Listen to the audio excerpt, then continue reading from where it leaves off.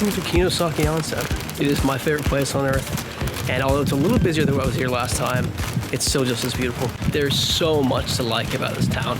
It's so charming. It's got these cute little bridges that cross everywhere. It's got a nice little river running through it. There's tons of little trinket shops, which all sell the same thing that are overpriced, I know, but it's still endearing somehow to me. Kinosaki has a 1,300-year history of being an onsen town. Onsen are baths made using the hot water from volcanic springs. And that's really what most people come here for, and that's part of why I'm here today. I would really prefer it if none of you told your friends about this place. Please keep it a secret. Come here yourself, but keep it close to the chest.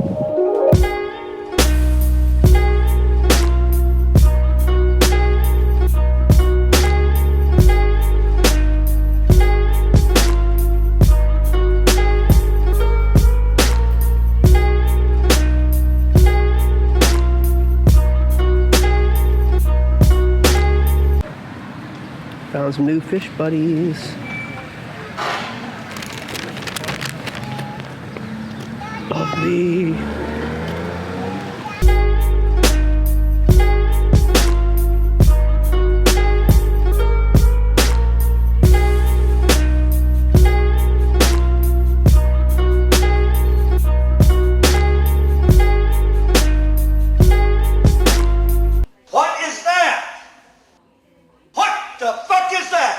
Next, I headed towards Morizuya, which is a ryokan that I stayed at in 2015. While on the way there, I was intercepted and told to come visit the landlady's house for some tea. Getting to enjoy some tea and some mochi was a great welcome. Well, hello there. I didn't see you. I was absorbed in the wonderful view of my ryokan. It is lovely, isn't it? Aren't you jealous? This view isn't the only reason why I've come here.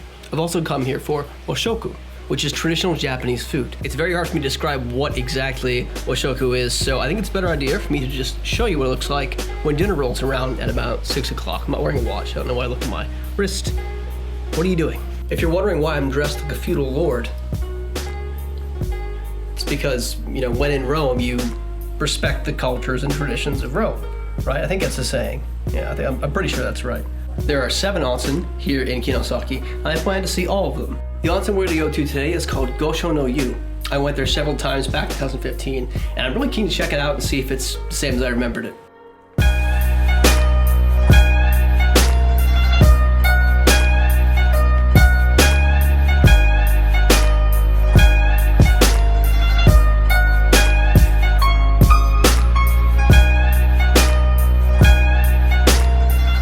I can't show you the actual inside of the onsen because there were naked people in there, but what I can do is show you a photo, and as you can see, there's an inside and an outside area, which is very cool, also very hot, so you should cool off afterwards with some milk.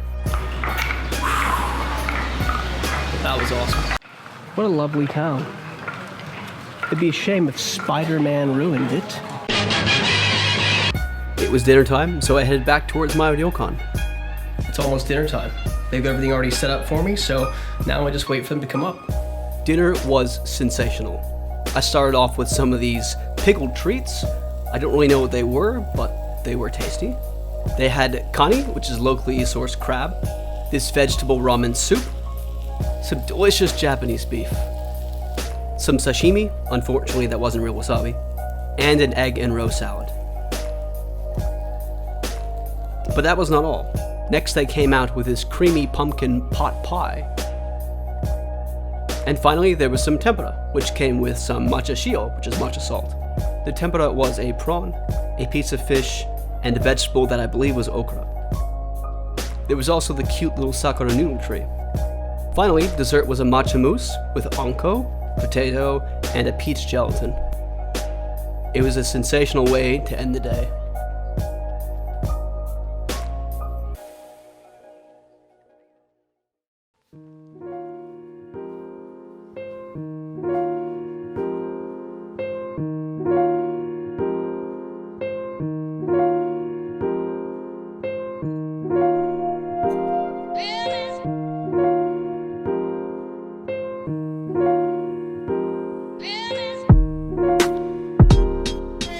It's another beautiful day here in Kinosaki. I'm at my Ryokan still. It is about 11 o'clock, so I've slept in quite a bit and had a nice easygoing morning. But now it's time to try out a new onsen. This one is called Ichi no Yu.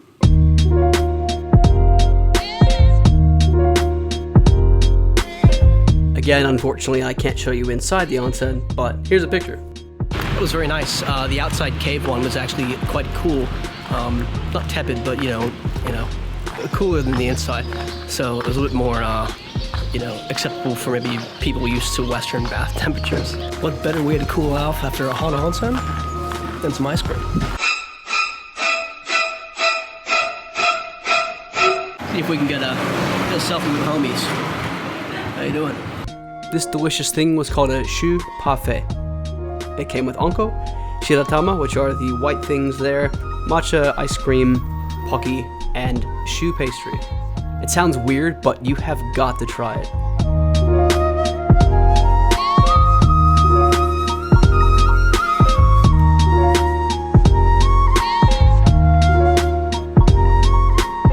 This is a spot I came to back in 2015. I took a very nice picture that I really like and really think of fondly. This isn't a popular spot, by the way, either, this little area I'm at. You walk up some very well-hidden stairs, so not many people come here. It's very quiet and very peaceful. I mean, the other great thing about this spot is the creepy old man up here.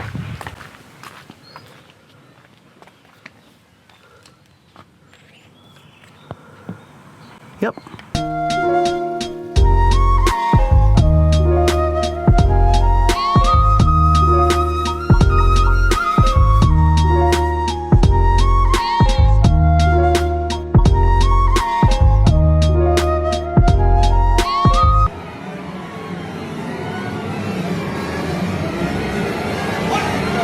Look at this jerk. Look at where he's parked. How are disabled people supposed to get up the stairs? What does this country come to? Well, that is not a comforting sight. I remember when I climbed all the way up the top of this mountain in 2015. That bear sign was there then too, and I remember being scared the whole time that a bear or a boar would come. What was that sound? It was a car. Anyway, I don't think a bear would come this close to the town, but I don't know anything about bears. I'm not a bearologist, you know? Everyone thinks Australia is dangerous, but it's not. We've got like 12 animals in the entire country, right? It's a desert. There's no biodiversity, but in America there's bears, there's wolves, there's boars everywhere. The country's green, you know? There's no bears in Australia. Apart from the drop bears, of course. You gotta be careful about those. In 2015, I climbed up this mass of sticks and mud and through those trees up there to get to the top of the mountain. But 2018, Nate, is smarter, wiser, has a law degree to pay off, and therefore I don't want to die and get injured up the mountain like I did last time almost. So this time, I'm going down the mountain, the pathway that it takes me, and I'm going up on the rail car like a good, responsible adult.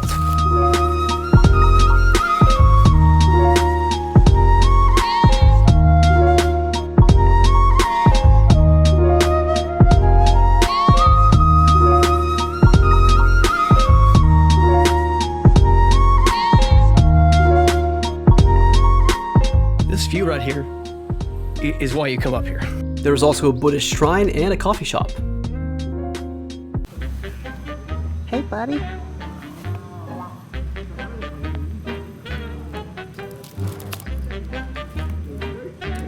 Hello?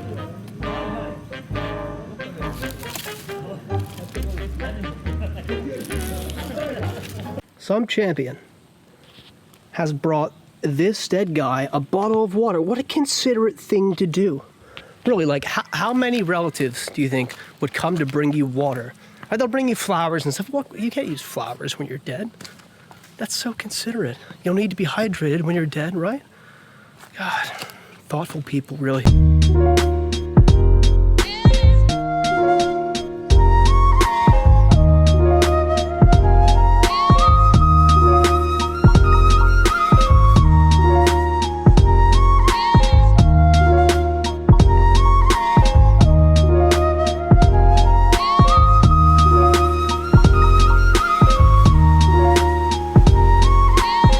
know what this is. It looks like they graded the mountain to make way for the school, but I'm not really sure if that's what it is or not. But it makes me think of waffles, and so I'm hungry. And so, I ate. Back at my Ryokan, I was served this wonderful plate of sushi. I'm not typically a big fish eater because I don't like a fishy kind of taste or smell, but the fish in Japan is very fresh and it doesn't have that fishy quality that you often get with fish overseas or far from the shores. Next, I was served kaninabe, which is a crab hot pot. It was served with some crab, tofu, a little bit of carrot, and some vegetables. This was something really special. It's called hoba miso. It's Japanese beef and vegetables with a miso sauce wrapped in a magnolia leaf. Absolutely amazing.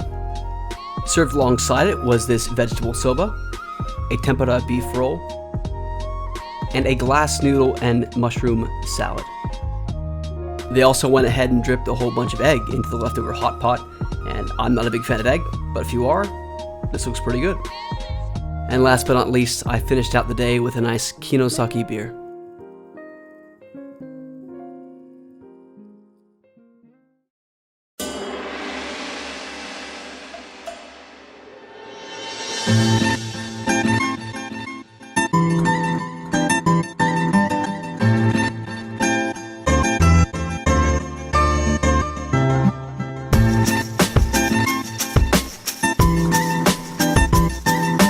This morning I'm on the march towards Mandara-yu Onsen.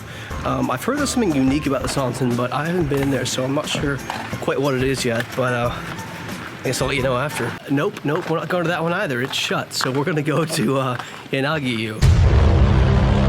Well, as to be expected, that place was also shut for some frickin' reason. I don't know what's going on. But the next place up is called Jizo-yu.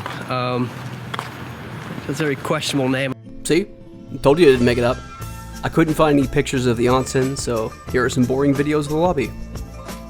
Oh, it's so hot. So hot. They didn't have any outside area for that one, but it was still pretty nice. And they had the vending machines. Next, I made my way towards the Kinosaki Strawcraft Museum.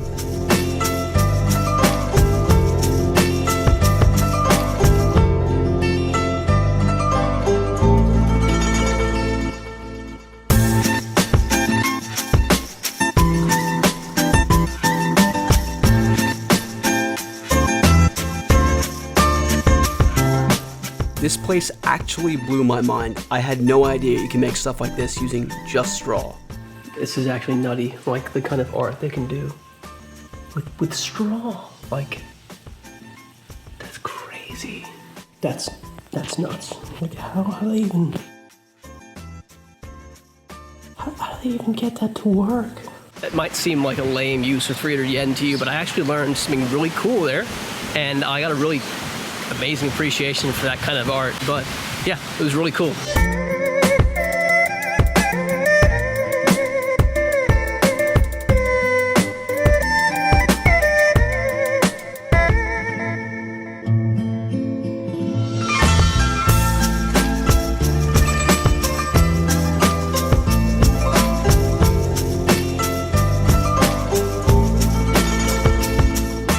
Welcome to private onsen. Take your clothes off and you're in this kind of room here. And then you want to hop straight into the onsen. Not really, no. You want to clean yourself off first, because when you go into the onsen, you're meant to be clean first. You're having a bath to enjoy yourself and not to get clean. You have a shower where you use a bucket to clean yourself off here, using these. And then you can choose to either go into the inside or outside onsen.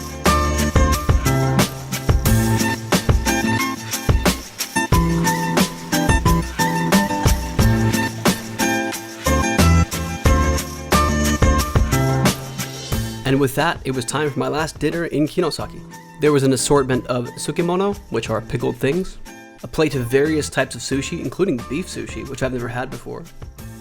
And this here was a gyunabe, basically a beef hot pot with vegetables, definitely something I wish we had available in the West. And just a pot filled with crab. I don't know what else you could ask for. The meal also came with salmon and tofu in a teriyaki sauce, and fried spiral potatoes with a tempura egg roll. The highlight for me actually would have to be the umeshu, which is plum wine.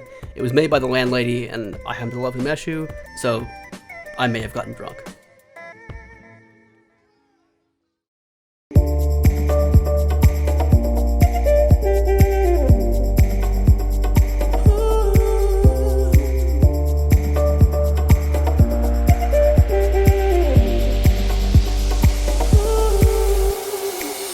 it's time for me to say goodbye to Kinosaki and my lovely view in my room. For now, at least. I'm off to Akihabara now to spend the afternoon there and then really just get ready to go to the airport tomorrow morning at 5:30 in the morning. Oh.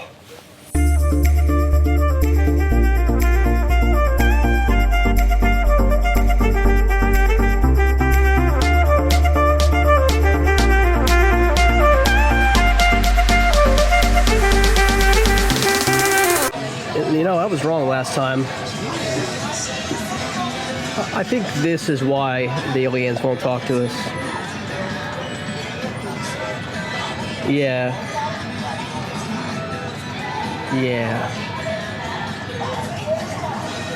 This is simultaneously also why the aliens really should talk to us, you know? They have a lot to learn.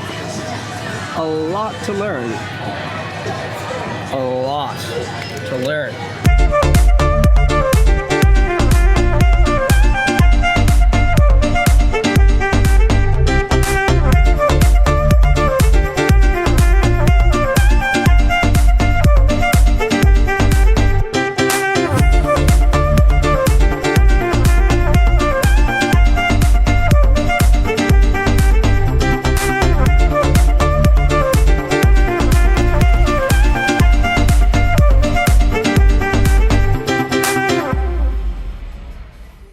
I really didn't expect to be back in Japan so quickly after my trip in January, but I am really glad I came.